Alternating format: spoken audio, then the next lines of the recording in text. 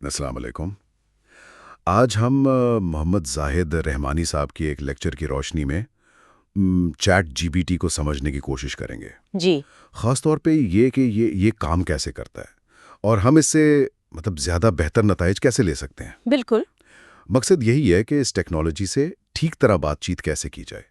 تو آئیے ذرا اس مواد کو دیکھتے ہیں۔ اور دیکھیں، یہ سمجھنا بہت ضروری ہے کہ یہ ٹول اصل میں کیسے چلتا ہے۔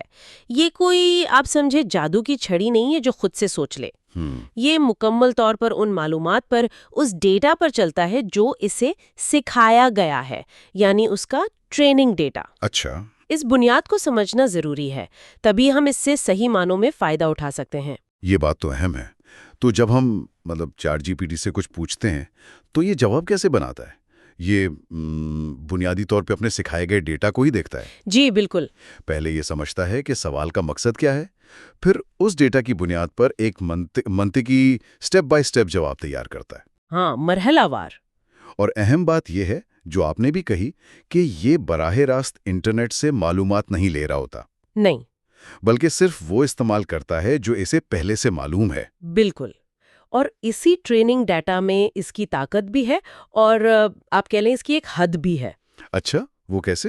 دیکھیں، چونکہ اس کا علم ایک خاص وقت تک کا ہے، ماضی کے ڈیٹا پر مبنی ہے، تو یہ بالکل تازہ ترین معلومات سے ناواقف ہو سکتا ہے۔ صحیح۔ اس کا مطلب یہ ہے کہ جواب کتنا اچھا ہوگا، کتنا درست ہوگا، یہ بہت زیادہ اس بات پر منحصر ہے کہ سوال کتنا واضح پوچھا گیا ہے اور کیا وہ معلومات اس کے ڈیٹا میں موجود بھی ہیں یا نہیں۔ اگر سوال گول مول ہوگا تو وہ اندازہ لگائے گا، اور اندازہ غلط بھی ہو سکتا ہے۔ تو پھر بہتر نتائج کے لیے کیا کیا جائے؟ لیکچر میں کچھ اصول بتائے تھے شاید؟ جی بتائے گئے تھے۔ پہلا تو یہ کہ اپنی بات بالکل صاف کہیں، کوئی کنفیوژن نہ ہو۔ بالکل واضح۔ دوسرا، سوال مختصر ہو مگر مکمل ہو، ادھورا نہ ہو۔ جی۔ تیسرا، یہ بتانا کہ آپ کیا چاہتے ہیں، مطلب معلومات چاہیے، خلاصہ چاہیے، وضاحت چاہیے۔ ہاں، مقصد واضح ہو۔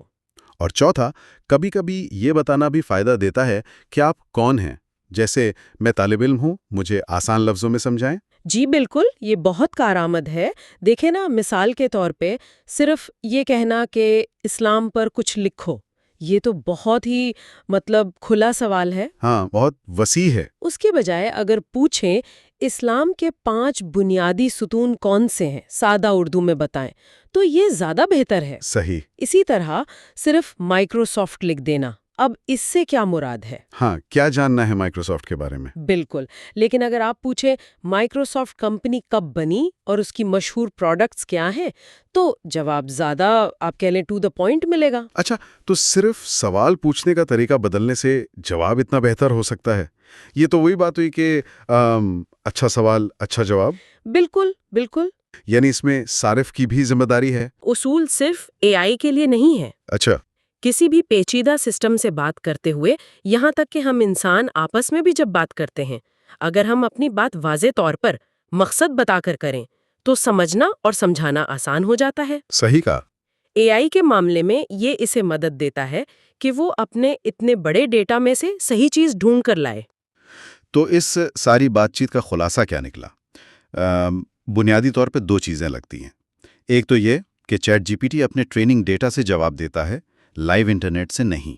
جی۔ اور دوسرا یہ کہ اگر ہم واضح، مکمل اور بامقصد سوال پوچھیں تو ہمیں زیادہ اچھے، زیادہ کام کے جواب مل سکتے ہیں۔ بالکل۔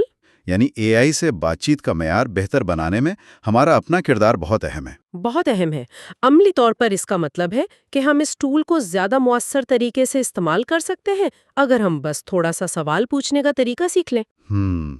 اور یہاں ایک سوچنے کی بات یہ بھی ہے کہ چونکہ یہ اے آئی اپنے ڈیٹا سے پیٹرن سیکھتا ہے، تو کیا یہ غیر ارادی طور پر کچھ تعصبات یا بائسز بھی سیکھ سکتا ہے اور پھیلا سکتا ہے؟ یہ تو ایک اہم نقطہ ہے۔ جی، تو ہمیں بطور صارف یہ بھی سوچنا ہے کہ ہم اپنے سوالات ایسے کیسے بنائیں کہ ان تعصبات سے بچا جا سکے، یا کم از کم ان کے بارے میں ہمیں آگاہی رہے۔ یہ ایک اگلا مرحلہ ہے اس ٹیکنالوجی کو ذمہ داری سے استعمال کرنے کا۔ صحیح، یہ ایک بہت اہم پہلو ہے جس پر غور کرنا چاہیے۔